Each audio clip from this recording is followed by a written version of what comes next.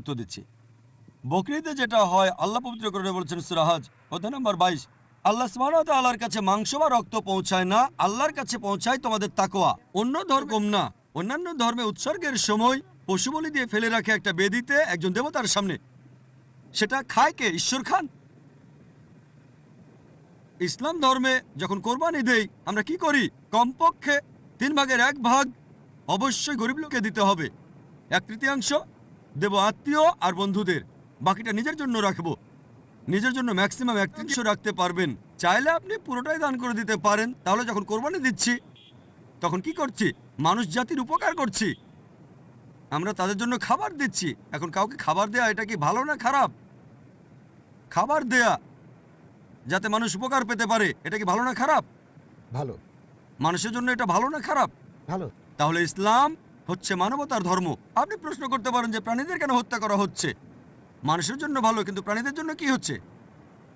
আর সত্যি বলতে একজন মুসলিম শুধুমাত্র ভেজ খাবার খেয়েও ভালোভাবে ধর্ম পালন করতে পারে। ননভেজ খাওয়া ইসলামের জন্য বাধ্যতামূলক না। তবে আল্লাহ যেহেতু আমাদেরকে অনুমতি দিয়েছেন ননভেজ খেতে, তাহলে আমরা সেটা খাবো না কেন? আল্লাহ পবিত্র কোরআনে বলেছেন সূরা মাইদা অধ্যায় নম্বর 5 আয়াত নম্বর 1, সেই চতুষ্পদ প্রাণীর মাংস খাও যেগুলো তোমাদের জন্য হালাল করা হয়েছে। আল্লাহ বলেছেন সূরা নাহল অধ্যায় 16 আয়াত নম্বর 5, তিনি চতুষ্পদ প্রাণী সৃষ্টি করেছেন যাতে করে তোমরা উপকার পেতে পারো এবং তাদের মাংস খেতে পারো। এই কথাটা আবারও আছে সূরা মুমিনুন অধ্যায় নম্বর 23 আয়াত নম্বর 21, যে গবাদি পশুর মধ্যে রয়েছে নিদর্শন, তাদের উদরের দুধ পান করো এবং তাদের মাংস তোমরা খাও। তাহলে যেহেতু আল্লাহ আমাদের অনুমতি দিয়েছেন, তাহলে ননভেজ খাবো না কেন?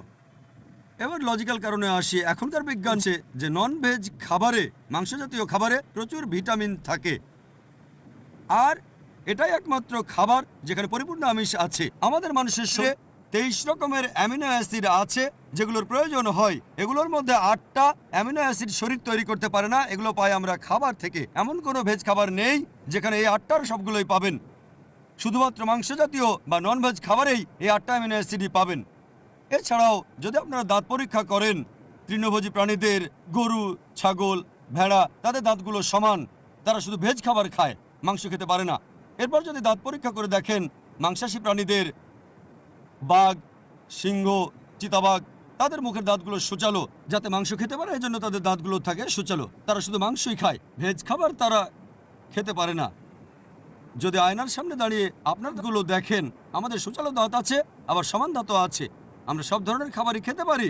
যদি আল্লাহ চাইতেন শুধু ভেজ খাবারই খাবো, তাহলে আমাদেরকে সুচালো দাঁত দিলেন কেন? ননভেজ খাওয়ার জন্য।